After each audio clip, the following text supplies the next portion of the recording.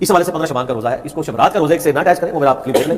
شب برات بےحد اہم رات ہے, کسی صورت سے بھی اسے غفلت میں نہ گزارا جائے. اس رات رحمتوں کی خوب برسات ہوتی ہے. اس مبارک شب میں اللہ تبارک و تعالی بنی کلب کی بکریوں کے بالوں سے بھی زیادہ لوگوں کو جہنم سے آزاد فرماتا ہے. کتابوں میں لکھا ہے قبیلہ بنی کلب قبائل عرب میں سب سے زیادہ بکریاں پالتا تھا. کچھ بد نصیب ایسے بھی ہیں جن پر شب برات یعنی چھٹکارا پانے اور نجات پانے کی رات بھی نہ بخشے جانے کی وعید ہے. حضرت سیدنا امام بائحقی شافعی علیہ رحمت اللہ القوی فضائل الاوقات میں نقل کرتے ہیں رسول اکرم نور مجسم صلی اللہ تعالی علیہ وآلہ وسلم کا فرمان معظم ہے 6 آدمیوں کی اس رات بھی بخشش نہیں ہوگی. نمبر 1 شراب کا عادی, نمبر 2 ماں باپ کا نافرمان, نمبر 3 زنا کا عادی, نمبر 4 قطع تعلق کرنے والا, نمبر 5 تصویر بنانے والا, اور نمبر 6 چغل خور. حدیث کے الفاظ یہاں تک ہے. آگے اسی طرح کاہن, جادوگر, تکبر کے ساتھ پاجامہ یا تہبند ٹخنوں کے نیچے لٹکانے والے اور کسی مسلمان سے بلا اجازت شرعی بغض و کینہ رکھنے والے پر بھی اس رات مغفرت کی شہادت سے محرومی کی وعید ہے. چنانچہ تمام مسلمانوں کو چاہیے کہ متذکرہ یعنی بیان کردہ گناہوں میں سے اگر معاذ اللہ کسی گناہ میں ملوث ہو تو وہ بالخصوص اس گناہ سے اور بالعموم ہر گناہ سے شب براءت کے آنے سے پہلے بلکہ آج اور ابھی سچی توبہ کر لیں. اور اگر بندوں کی حق تلفیاں کی ہیں تو توبہ کے ساتھ ساتھ ان کی معافی تلافی کی ترکیب فرما لیں. 15 شعبان کا روزہ کسی صحیح حدیث سے ثابت بولو بھائی نہیں. صرف جمہور کے نزدیک عبادت ہے 15 شعبان کی, اس کے علاوہ باقی کوئی بھی چیز. میرا اس پر بہت ڈیٹیل میں بیان ہے, یوٹیوب پہ سرچ کریں وہ بیان آ جائے گا. میسج ٹی وی والوں نے ایک انٹرویو لیا تھا اس پہ, اس میں نے دلائل سے ثابت کیا ہے, پوری مدلل بحث کی ہے کہ نہ اس رات میں قبرستان جانا چاہیے, نہ اس رات میں حلوے پکانے چاہیے, نہ اس رات میں الگ سے کوئی نہانا دھونا چاہیے, نہ اگلے دن کا روزہ رکھنا سنت ہے, نہ پٹاخوں کی کوئی حیثیت ہے. سمجھ رہے ہو؟ اب مجھے پتا ہے جو گالیاں آنے والی ہیں یوٹیوب پہ, چلو کوئی بات نہیں, اس کو بھی انجوائے کرتے ہیں. تو صرف ایک چیز ہے وہ, اور نہ اس رات میں تقدیر کے صاف ہے قرآن میں کہ وہ لیلۃ القدر میں ہوتے ہیں. علامہ ابن تیمیہ رحمہ اللہ نے لکھا ہے کہ لیلۃ القدر کی اہمیت کو گھٹانے کے لیے بھی اس رات کو بہت زیادہ اہمیت دی گئی ہے. تو جتنی جس چیز کی اہمیت ہو اس کو اتنا ہی رکھنا چاہیے. تو صرف عبادت ہے, تو عبادت کی جمہور کے نزدیک کیا ہے وہ بھی اتفاقی نہیں ہے, یاد رکھو. جمہور کا مذہب بہرحال یہی ہے کہ اس رات کو عبادت کرنی چاہیے, اس کی فضیلت دوسری راتوں کی نسبت زیادہ ہے. آج کسی صاحب کا فون آیا کہ ہماری والدہ کا معمول رہا ہے اس رات کو دیگیں پکا کے تقسیم کرنے کا. اب والدہ مرحومہ دنیا سے چلی گئی, اب ہم چاہتے ہیں. میں نے کہا نہیں پکائیں. کہہ رہے کیا دیگ پکانے میں لوگوں کو, غریبوں کو کھانے کھلانے میں کیا حرج ہے, اس میں کون سی پابندی ہے؟ میں نے کہا پھر آج کھلا دیں, کل کھلا دیں, کیا خیال ہے؟ لوگ یہ بھی کہتے ہیں کہ بھئی آپ صدقات و خیرات سے کیوں روک رہے ہو لوگوں کو؟ بھائی صدقات و خیرات, جیسے لوگ کہتے ہیں نا بکرے کے صدقے میں کیا خرابی ہے. ابھی پھر کوئی صاحب مجھ سے الجھ گئے کہ آپ کیوں کہتے ہو صدقے کا بکرا بدعت ہے, اگر کوئی بکرا کھلا رہا ہے تو کیا خرابی ہے؟ میں نے کہا سوال پیدا ہوتا ہے, جب غریب آدمی کو بکرے کے پیسوں میں زیادہ دلچسپی ہے تو آپ کو کیا تکلیف ہے کہ آپ اس کو بکرا کھلائیں؟ اس کا مطلب آپ بکرے کو کیا سمجھ رہے ہو, الگ سے کوئی فضیلت سمجھ رہے ہو بکرے میں. شریعت میں جس چیز کی الگ سے کوئی فضیلت نہ ہو اس کو الگ سے پروٹوکول دینا یہ بدعت ہے یا نہیں ہے؟ غریب آدمی کو کہہ رہے یار 20,000 کا بکرا لے کے دے دیا تم نے مجھے, تو مجھے 20,000 روپے دے دیتے. اگر آپ کہتے ہو اس کے کھانے کی حاجت ہے تو راشن ڈلوا دو. 20,000 میں جو راشن ہے, بکرا ایک ٹائم پہ ختم ہو جائے گا, 2 دن چلے گا, اور راشن پورے سال چلے. اس کا مطلب یہ ہے کہ بکرا مقصد ہے آپ کا, بکرے کا لیبل لگایا جا رہا ہے, صدقے کا لیبل لگایا جا رہا ہے, مقصد کیا ہے؟ ارے بھائی, تو اس لیے وہ کہنے لگے کہ میں 15 شعبان کو چاہتا ہوں غریبوں میں دیگ تقسیم کروں, تو صدقے میں حرج کیا ہے؟ میں نے کہا بالکل کوئی حرج نہیں ہے, لہذا کل دیگ آپ تقسیم کر دیں. اگر آج لیٹ ہو گئے تو کل کر دیں. کہہ رہے نہیں کل نہیں, میں 15 کو کروں گا. میں نے کہا اس کا مطلب ہے کہ صدقہ اصل نہیں ہے, 15 شعبان کو اس طریقے سے منانا اصل ہے. تو جب شریعت میں نہیں ہے تو آپ کیوں اس رات کو صدقے کے حوالے سے پروٹوکول دے رہے ہو؟ جب نہیں ہے اس میں, کسی صحابی نے نہیں یہ کام کیا, اس رات کو دیگیں پکائی ہوں یا نہائے دھوئے ہوں یا کھانا کھلائے لوگوں کو, جو کام کرنے کا آؤ چپکے سے مسجد میں کسی کونے میں کھڑے ہو کر عبادت کرو یا اپنے گھر میں جا کے. ممکن ہے آپ کہیں کہ صدقہ بھی تو عبادت ہے, تو چپکے سے کسی غریب کو دے دو نا پیسے. کیا خیال ہے؟ جتنے پیسے دیگ میں خرچ ہوں گے تو بھائی چپکے سے کسی غریب کو جا کے دے دو. اس فرقے والوں کو پتا ہے یہ وہی لوگ ہیں جو اپنی مسجدوں میں لائٹنگ کرواتے ہیں اس رات کو, اور ہم بھی اسی فرقے سے بریلوی فرقے سے تعلق رکھتے ہیں. ہم لوگ بھی بچپن میں یہ سارے پٹاخے چھوڑتے رہے, تو ہم نے ہندوؤں سے تو نہیں سیکھے تھے, ہم نے تو کبھی بھی ہندوؤں کے ساتھ وقت نہیں گزارا. اب آگے یہ تو دعوت اسلامی نے جب لوگوں کو ایجوکیٹ کیا کہ یار یہ غلط کر رہے ہو, یہ یعنی حرام ہے یہ کرنا, تو تب لوگ ایجوکیٹ ہوئے. اس وقت جو کچھ ہو رہا ہے, جس طرح ہندوؤں میں وہ دیوالی کے نام کے اوپر یا ہولی کے نام پہ جو تماشے ہو رہے ہوتے ہیں نا, وہ مسلمانوں میں شب برات کی رات کو ہو رہے ہیں. یہ ہوئے مسلم اسکالرس کے ہی زیر اثر ہے, کیونکہ دین کے نام کے اوپر وہ رات منائی جا رہی ہوتی ہے نا. اب یہ اس سے انکاری ہو جائیں یا روگردانی کر لیں تو ان کا اپنا معاملہ ہے. تو اب اللہ کا فضل ہے کہ چونکہ ملک کی اکانومی ویسے گر گئی, اس لیے اتنا خرچہ کوئی کرتا نہیں ہے. تھوڑی لوگوں میں ایجوکیشن بھی آ گئی, اب کچھ سالوں سے میں دیکھیں معاملہ آلموسٹ ایبسلیٹ ہو گیا, ختم ہو جا رہا ہے اللہ کے فضل. تو یہ جو شب برات کی جتنی بھی احادیث ہیں, ان میں سے کوئی بھی حدیث ہے بھی وہ گنتی کی ہیں 5-6 احادیث ہے, بلکہ کہنا چاہیے کہ احادیث کیا ہیں وہ یعنی سند کے ساتھ روایتیں بیان ہوئی ہیں نبی اسلام کے ریفرنس سے, کوئی بھی اصول محدثین کے اوپر صحت کے درجے پہ نہیں ہے. لیکن اس ساری ڈسکشن کا سب سے خطرناک پہلو یہ ہے کہ شب برات کے بارے میں, یعنی 14 اور 15 کی درمیانی رات, جسے ہم 15ویں رات کہتے ہیں شعبان کی, جو کلیم کیا جا رہا ہے نا کہ اس رات میں تقدیر کے فیصلے ہوتے ہیں, رزق لکھ دیا جاتا ہے, کس نے مرنا ہے, کس نے پیدا ہونا ہے, یہ ساری باتیں لکھ دی جاتی ہیں. یہ سارے کے سارے کلیم, حتیٰ کہ یہاں تک کلیم کیا جاتا ہے کہ قرآن 2 دفعہ نازل ہوا ہے, ایک دفعہ لوح محفوظ سے جو ہے وہ پہلے آسمان پہ, اور اس کے بعد پہلے آسمان سے نیچے. وہ کہتے ہیں وہ جو پہلے والا اوپر والا حصہ نازل ہوا ہے وہ بھی اس رات میں ہوا ہے. یہ سارے کے سارے کلیم قرآن کی روح سے بالکل غلط ہے. قرآن حکیم کو آپ پڑھیں گے تو یہ سارے کے سارے کلیمز آپ کو شب قدر کے بارے میں ملیں گے. قدر کا مطلب ڈیسٹنی کی رات, جو رمضان مبارک کے آخری عشرے کی تاک راتوں میں آتی ہے, اور بخاری مسلم کی حدیث اس کے اوپر گواہ ہے. کمنٹ میں انشاءاللہ بیان بھی کر دوں گا. تو قرآن کی روح سے تو یہ شب برات کے بارے میں جو کچھ کلیم کیا جا رہا ہے وہ بالکل غلط ہے, قرآن سے ٹکراتا ہے. یہ تو ہم کہتے ہیں کہ صحیح احادیث قرآن کے خلاف نہیں ہوتی ہیں, ہمیشہ جعلی روایتیں, ضعیف روایتیں, یہ قرآن کے خلاف جا رہی نہیں ہے. اس بارے میں جتنی روایات آتی ہیں وہ صحت کے مقام کو نہیں پہنچتی. کسی ایک صحیح حدیث سے 15 شعبان کو روزہ رکھنا اور اس رات کو عبادت کرنا ثابت نہیں.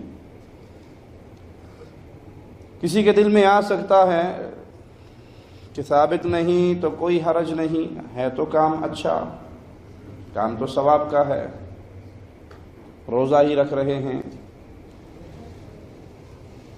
اسلام ایک مکمل دین ہے, اس کے اندر کسی اضافے اور کمی کی اجازت نہیں ہے. اگر یہ رسول اللہ صلی اللہ علیہ وسلم سے عمل ثابت ہوتا, صحیح حدیث کے ذریعے ہم تک پہنچتا, تو ہم اس پہ عمل کرتے. اور پیارے حبیب علیہ الصلاۃ والسلام سے ثابت نہ ہو اور انسان کوئی ایسا عمل کرے جس کو باعث اجر و ثواب سمجھے, تو وہ یہ عقیدہ رکھ رہا ہے, زبان سے نہیں اپنے عمل سے کہہ رہا ہے کہ کام اچھا تھا. نعوذ باللہ, یا تو رسول اللہ صلی اللہ علیہ وسلم بھول کے بتانا امت کو, یا آپ نے چھپا لیا.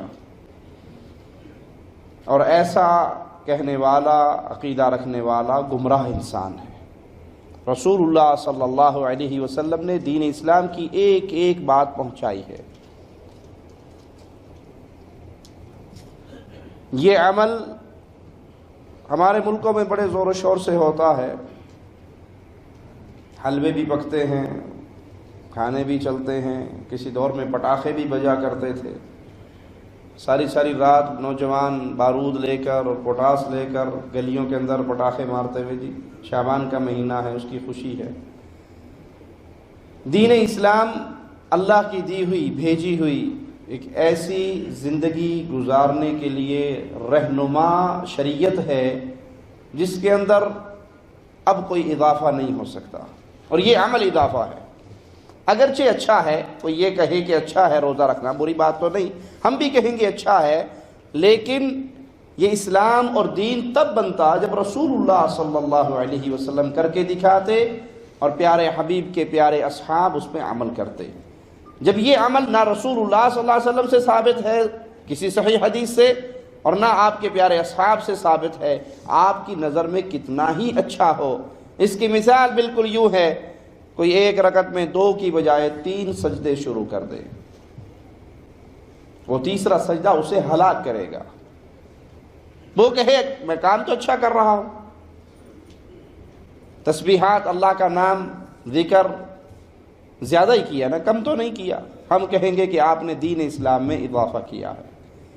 تو وہ عمل کیجئے جو رسول اللہ صلی اللہ علیہ وسلم کی سنت سے ثابت ہو, اور جو عمل پیارے حبیب کی سنت سے ثابت نہیں, اس عمل کو اجر نہ سمجھیے, دین نہ سمجھیے, اور اس صحابی کے واقعے کو ہمیشہ اپنے سامنے رکھیے جس نے 1 سال روزے رکھے تھے اور 1 سال جا کر راتوں کو عبادت کی تھی، اور پیارے حبیب علیہ الصلاۃ والسلام نے جب ان سے پوچھا اور جواب میں کہا کہ تیرا اللہ نے نہ کوئی روزہ قبول کیا ہے نہ کوئی تہجد کی نماز قبول کی ہے، کرنے والا عام آدمی نہیں، صحابی رسول، نہ صحابہ نے کیا نہ تابعین نے کیا۔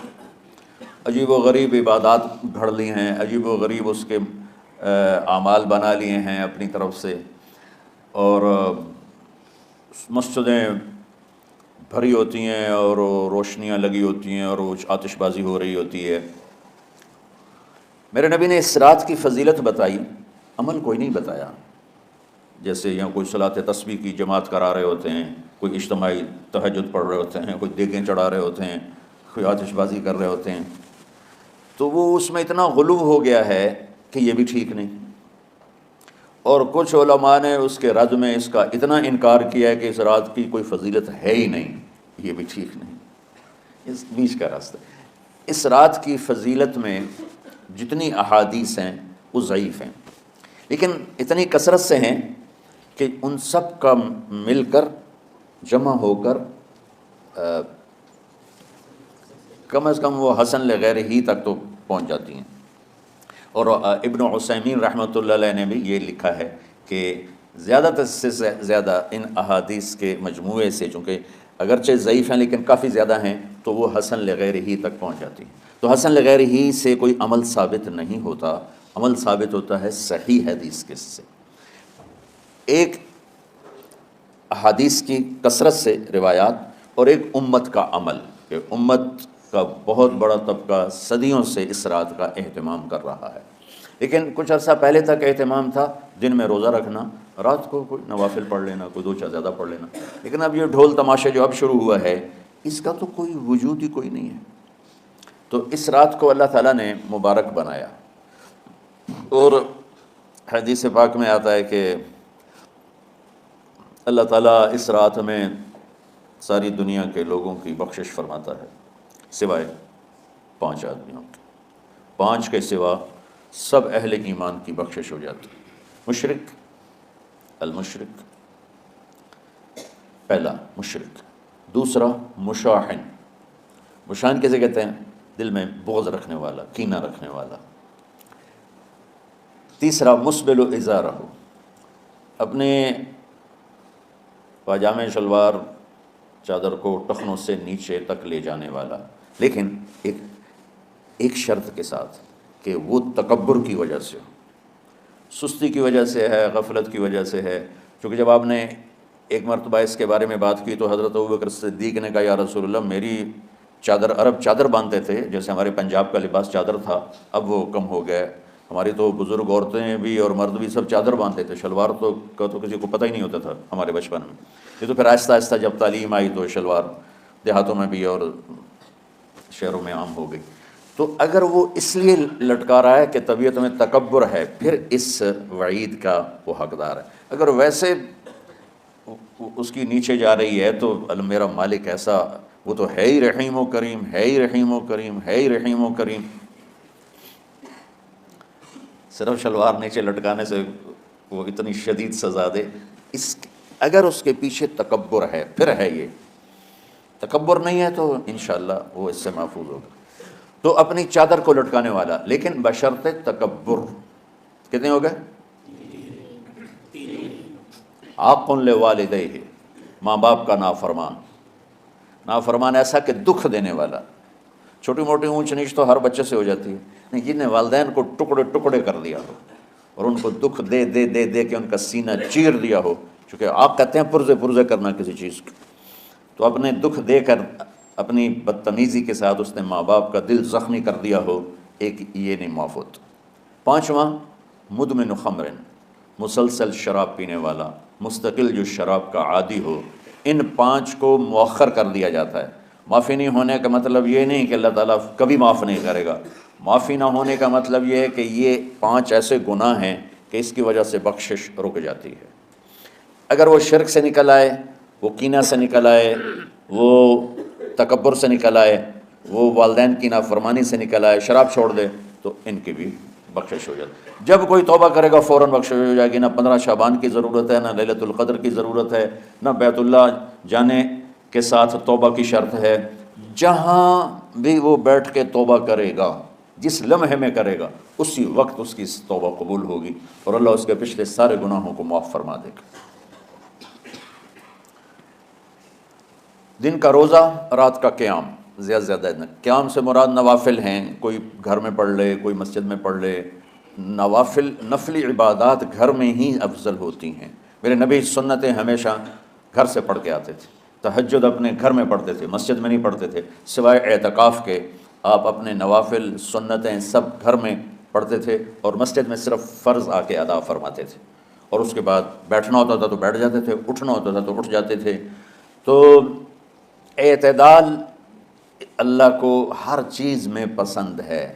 دنیا جو مختصر ہے اس میں کیسے پسند نہیں ہوگا؟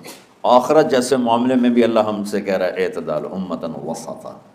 ایسے عیسائیوں کی طرح تر کے دنیا بھی نہ کرو، یہودیوں کی طرح دنیا کے پیچھے نہ پڑ جاؤ، رزق کے حلال بھی کماؤ، اپنے بچوں کو بھی دیکھو، اپنے فرائض کو بھی دیکھو جو دنیاوی ہیں، اور اللہ سے بھی اپنا معاملہ ٹھیک کرو اور درست کرو۔ بعد کے زمانے میں صحابہ کے بعد سے ہی ایک انتہا پسندی امت میں آئی، ساری ساری رات جاگنا۔ فلاں بزرگ تھے، وہ رسے سے اپنے بالوں کو باندھ لیتے تھے کہ نماز پڑھتے پڑھتے جب نیند آئے اور جھٹکا لگے تو رسے سے بندھے ہوئے بالوں سے اس جھٹکے سے تکلیف ہو اور ان کی آنکھ کھل جائے اور پھر نفلوں میں شروع ہو جائے۔ ایک فلاں بزرگ تھے، وہ اپنے آنکھوں میں نمک کا سرما لگاتے تھے تاکہ آنکھیں جل جائیں اور اس میں وہ جلن پیدا ہو جائے اور نیند اڑ جائے۔ یہ ایسے واقعات بھرے پڑے ہیں۔ فلاں بزرگ تھے، انہوں نے 30 سال عشاء کے وضو سے فجر کی نماز ادا کی۔ یہ اپنی جگہ پہ بزرگی ہے، لیکن یہ بھائیو یہ دین ہم پیش نہیں کر سکتے۔ فلاں بزرگ تھے، وہ 30 سال سے ستو کھا رہے تھے کہ روٹی کھانے اور ستو کھانے میں 70 دفعہ سبحان اللہ کا فرق پڑ جاتا ہے، تو روٹی کھائیں تو 70 دفعہ سبحان اللہ کم کہہ سکتے ہیں، اور ستو کھائیں تو 70 دفعہ سبحان اللہ زیادہ کہہ سکتے ہیں۔ تو لہٰذا انہوں نے کہا مجھے تو 30 سال ہو گئے، میں تو ستو کھا رہا ہوں، میں تو روٹی نہیں کھا رہا۔ یہ دین نہیں ہے، یعنی یہ وہ دین نہیں جو ہم انسانیت کو پیش کر سکتے۔ یہ تو لوگوں کو دوڑانے والی بات، یہ راہبانیت کی شکل ہے۔ یہ وہ دین نہیں جو ہم لوگوں کو پیش کریں گے تو وہ کہیں گے واہ واہ واہ واہ کیا دین ہے بھائی، قبول کرو۔ یہ ایک قسم کا غلو آیا۔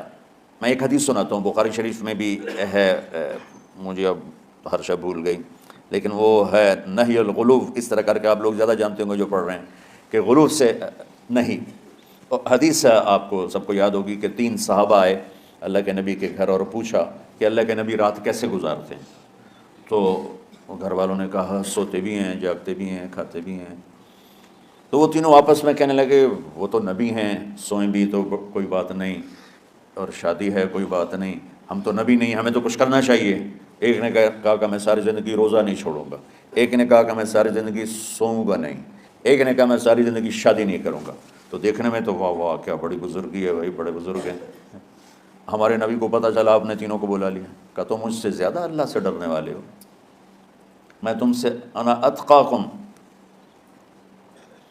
یا اخشاکم، الفاظ آپ لوگوں کو زیادہ یاد ہوں گے لیکن مفہوم میں صحیح پیش کر رہا ہوں۔ آپ نے کہا میں تم سے زیادہ اللہ کو جانتا ہوں، تم سے زیادہ اللہ سے ڈرتا ہوں، میں سوتا بھی ہوں، میں کھاتا بھی ہوں، میں روزے بھی رکھتا ہوں، میں چھوڑ بھی دیتا ہوں، میری بیویاں بھی ہیں، میں اپنی بیویوں کے پاس بھی جاتا ہوں۔ تم دین میں غلو سے بچو، پہلے امتوں کو ہلاک کر دیا دین میں غلو۔ دنیا میں غلو یعنی انتہا پسندی، ایکسٹریمسٹ ہونا، دنیا ہو یا دین ہو، دونوں میں اعتدال بچو، اللہ تعالیٰ کو پسند ہے۔ جو بہن نے سوال کیا کہ کئی راتیں ہم ہمارے معاشرے میں بناتے، لیکن جو قرآن مجید میں جس کا ذکر ہے وہ لیلۃ القدر، اس کا ایک سورہ بھی ہے، اور یہ تھاؤزنز آف ہزاروں راتوں کے مقابلے میں ہیں، صرف ایک ہی رات کا ذکر ہے۔ اور میں آپ کی بات سے متفق رکھتا ہوں کہ آپ بالکل صحیح فرماتی ہے کہ عبادت تو ہر روز کرنا چاہیے، سال کے ہر دن میں کرنا چاہیے، 365 ڈیز، لیکن خصوصاً کیونکہ یہ جو قرآن میں ذکر ہے کہ اس رات میں قرآن نازل ہوا تھا، تو یہ ہمارے لیے ایک اہم رات ہے اور ہزاروں رات کے مقابلے میں ہے الحمدللہ. اور ہمارے رسول، ہمارے پیغمبر محمد صلی اللہ علیہ وسلم فرماتے کہ یہ آخری عشرے میں آتی ہے. اور میں سمجھتا ہوں کہ خصوصاً اللہ سبحانہ و تعالیٰ نے یہ کون سی رات ہے اس کا ذکر نہیں کیا تو کہ ہمیں اور موقع ملتا ہے عبادت کرنے کا.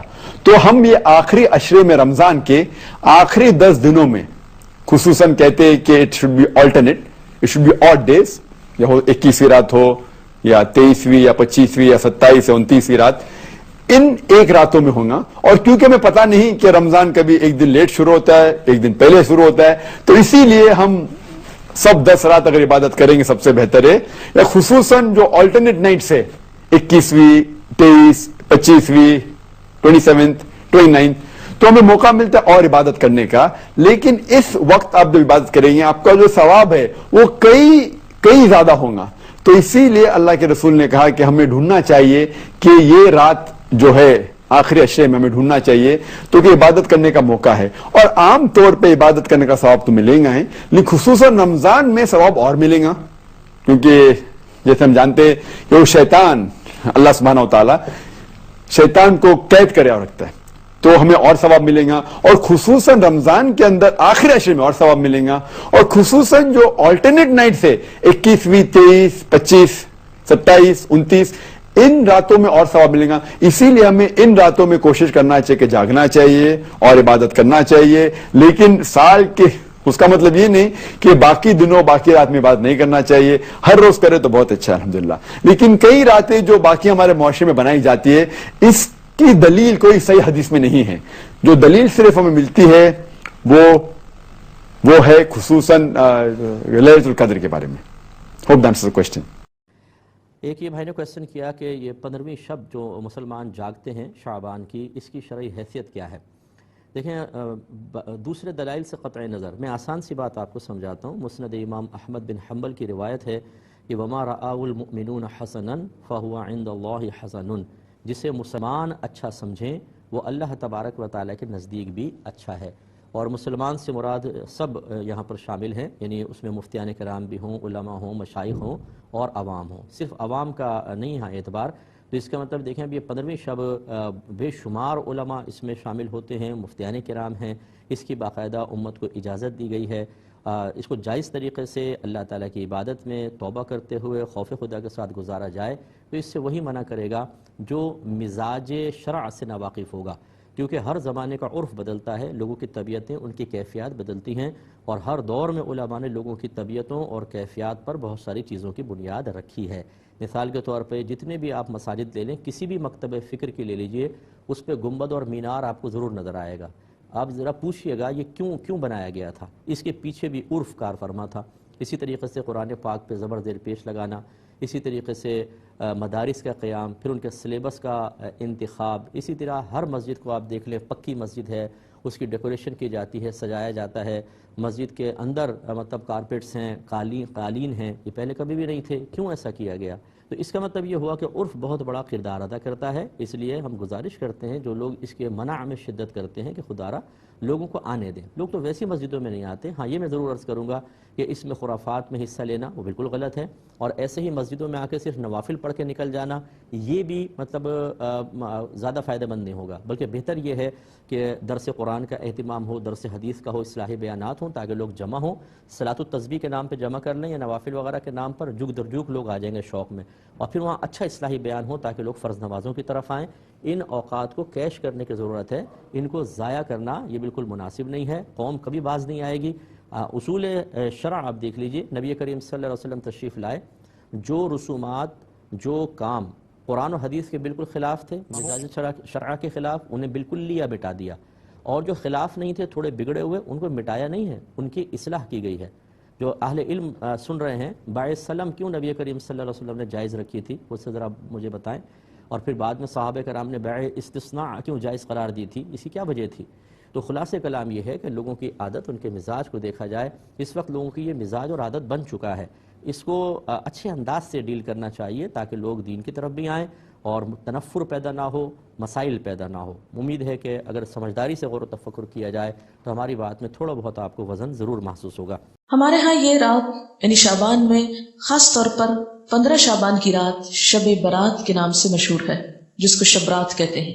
آپ دیکھیے کہ اسلام میں جو اہم دن آتے ہیں قرآن پاک اور سنت رسول صلی اللہ علیہ وسلم سے پتہ چلتے ہیں، ان میں سے بعض یہ ہے، مثلا یوم الحج، یوم عرفہ جس کو کہتے ہیں، یوم ترویہ جس دن حج کی ابتدا ہوتی، یوم نحر جس دن قربانی ہوتی، شہر رمضان جب روزے رکھے جاتے، لیلۃ القدر جو رمضان ہی کے آخری راتوں میں سے ایک ہے، قرآن جس میں نازل ہوا، عید الاضحیٰ، عید الفطر، ایام 20۔ ایام 20 کیا ہیں؟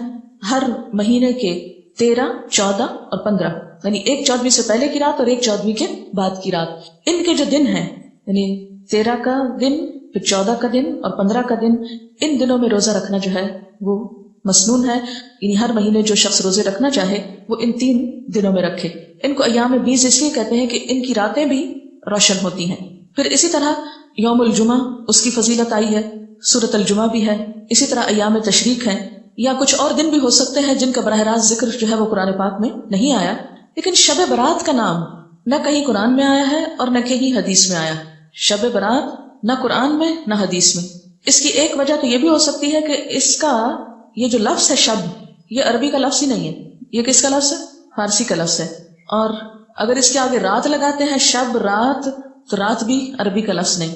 اور اگر آپ اس کے آگے برات لگاتے ہیں، شب برات، تو برات بھی عربی کا لفظ نہیں، یہ شاید سنسکرت کا لفظ ہے جو شادی میں برات آتی ہے۔ بعض لوگ یہ کہتے ہیں کہ اس کا نام شب براءت ہے۔ براءت کہتے ہیں بیزاری کو، جیسے سورۃ توبہ کے شروع میں آپ نے پڑھا براءۃ من اللہ ورسولہ، سورۃ توبہ کی ابتدا اسی سے ہوتی ہے۔ تو براءت کا لفظی معنی کیا ہوتا ہے؟ بیزاری۔ تو اس رات میں کس کی کس سے بیزاری؟ اگر شب براءت کہتے ہیں، حالانکہ براءت کوئی نہیں بولتا، تو یہ اپنی ترکیب کے اعتبار سے بھی کوئی اسلامی ترکیب نہیں ہے، اور نہ ہی کوئی اسلامی اعتبار سے اس کی کوئی فضیلت یا اہمیت یا حقیقت بنتی ہے۔ شب برات جو ہے یا شب رات جو ہے ہمارے ہاں عام طور پر باقاعدہ جشن کی شکل میں منائی جاتی ہے، حالانکہ اسلام میں جشن کے دن صرف 2 ہیں، عید الفطر اور عید الاضحیٰ۔ حضرت انس رضی اللہ تعالیٰ عنہ سے روایت ہے کہ جب رسول اللہ صلی اللہ علیہ وسلم مدینہ منورہ آئے تو ان کے ہاں 2 دن تھے جن میں وہ کھیلتے اور خوشیاں مناتے۔ آپ صلی اللہ علیہ وسلم نے ان کے بارے میں دریافت فرمایا تو آپ کو بتایا گیا مدینہ والوں کی طرف سے کہ ہم جاہلیت کے زمانے سے یہ 2 دن مناتے چلے آ رہے ہیں۔ آپ صلی اللہ علیہ وسلم نے فرمایا اللہ تعالیٰ نے تم کو اس سے بہتر 2 دن عطا کر دیے ہیں، عید الفطر اور عید الاضحیٰ۔ تو شب برات کا جو جشن ہے، یعنی رات کو آتش بازی اور مخصوص قسم کے کھانے پکانا، ان کو اسلام کا ایک حصہ بنا لیا گیا۔ اگر آپ اس کو اپنے کلچر کا حصہ کہیں یا اپنی روایات کا حصہ جو بر صغیر کی ہیں خاص طور پر، تو کوئی بات نہیں۔ مثلاً آپ 14 اگست مناتے ہیں یا آپ 9 نومبر آج منا رہے ہیں، بہت سے لوگ گھروں میں چھٹی کر کے منانے کا، ہمارے ہاں ایک ہی طریقہ چھٹی کر لی جائے۔ علامہ اقبال نے دن رات کام کیا تھا اور ہم دن رات چھٹیاں کرنا چاہتے ہیں۔ بہرحال تو وہ آپ کا کیا ہے، ایک لوکل کلچر ہے، اس کا اسلام سے کوئی تعلق نہیں، یعنی 9 نومبر کا اسلام سے کوئی تعلق نہیں۔ اسی طرح اگر آپ 15 کو آتش بازی کرتے ہیں یا حلوہ پکاتے ہیں تو وہ آپ کا لوکل کلچر تو ہو سکتا ہے، اس کا اسلام سے کوئی تعلق نہیں، کیونکہ اس کے بارے میں نہ کوئی تعلیم قرآن پاک سے ہم کو ملتی ہے اور نہ ہی نبی صلی اللہ علیہ وسلم کی سنت سے۔ مثلا اس رات میں کیا ہوتا ہے، حلوہ پکایا جاتا ہے اور دوسروں کو کھلایا جاتا ہے، مردوں کی فاتحہ دلائی جاتی ہے، چراغاں کیا جاتا ہے، کینڈلز وغیرہ لوگ چھتوں پر جلاتے ہیں، اور اب اس کی جگہ دوسری بجلی کی بتیاں بھی جلائی جاتی ہیں، آتش بازی کی جاتی ہے، گھروں میں خاص طور پر رنگ روغن کیا جاتا ہے، صاف کیا جاتا ہے۔ لیکن اگر غور کیا جائے تو ان میں سے کوئی بھی چیز اپنی اصل کے اعتبار سے قرآن اور سنت سے نہیں ہے۔ احادیث مبارکہ کی روشنی میں شب برات کی کیا اہمیت ہے؟ کیا اس رات کی عبادت ٹھیک ہے؟ شب برات کا روزہ رکھا جاتا ہے، اس کی صحیح حیثیت کیا ہے؟ شب کا روزہ تو کبھی ہوتا ہی نہیں، یہ آپ نے شب برات کا روزہ کیسے لکھ لیا؟ شب رات کو کہتے ہیں نا۔ شب برات جو ہے اس کو کہا گیا ہے اس لیے کہ ان کا خیال ہے کہ اس رات میں اللہ تعالیٰ بہت سے لوگوں کو اس کا کو بخشتا ہے۔ برات، اللہ تعالیٰ جہنم سے ان کو رستگاری عطا فرماتا ہے۔ اس کے ضمن میں جو صحیح احادیث ہے صرف ایک ہے، اور وہ یہ ہے کہ حضرت عائشہ صدیقہ رضی اللہ تعالیٰ عنہ بیان کرتی ہے کہ ایک روز حضور کی میرے ہاں شب باشی کی باری تھی، لیکن میری رات کو آنکھ کھلی تو حضور نہیں تھے موجود، تو مجھے تشویش ہوئی کہ آپ کہاں گئے، تو میں ڈھونڈتی ہوئی وہ یا کسی اور کو آپ نے بھیجا، بہرحال مجھے پوری تفصیل یاد نہیں ہے، تو معلوم ہوا کہ آپ جنت البقیع میں گئے ہوئے ہیں اور وہاں پر استغفار کر رہے ہیں اللہ سے، اور تمام جو بھی وہاں پر مردے دفن ہیں ان کے لیے مغفرت کی دعا کر رہے ہیں، بس یہ ثابت ہے۔ باقی اب اس میں جو ہے ہندوؤں سے ہم نے مانگ لی دیوالی، تو دیوالی جو ہے وہ روشنی کی جا رہی ہے اور بتیاں جلائی جا رہی ہیں، تو مختلف لوگوں سے ہم نے بورو کی ہیں چیزیں، جیسے عید میلاد النبی ہے وہ ہم نے کرسچن سے بورو کر لی، یا شیعوں کے تعزیوں کا توڑ کرنے کے لیے ہم نے بات بنا لی۔ اب اس میں جو ہے روشنیاں کی جا رہی ہیں، یہ دیوالی کا گویا کہ ہم نے توڑ فراہم کیا ہے یا اس کی نقل ہم کر رہے ہیں، یہ چیزیں نہیں۔ البتہ نماز رات کی عبادت تو ہر رات میں بہت اعلیٰ ہے، چلیے اگر اور دنوں میں نہیں ہوتا اس رات کو آپ کو، کیونکہ حضور نے بھی استغفار کیا خاص طور پر جا کر جنت البقیع میں، تو اگر آپ بھی کریں نماز پڑھیں اور استغفار کریں تو کیا ہے، بہت اچھی بات ہے، اس میں تو کوئی حرج کی بات ہے ہی نہیں۔ لیکن اسے کوئی تہوار کی طرح منانا، پٹاخے چھوڑنا اور جو ہے وہ روشنی کرنا، یہ بھارت صحیح نہیں ہے۔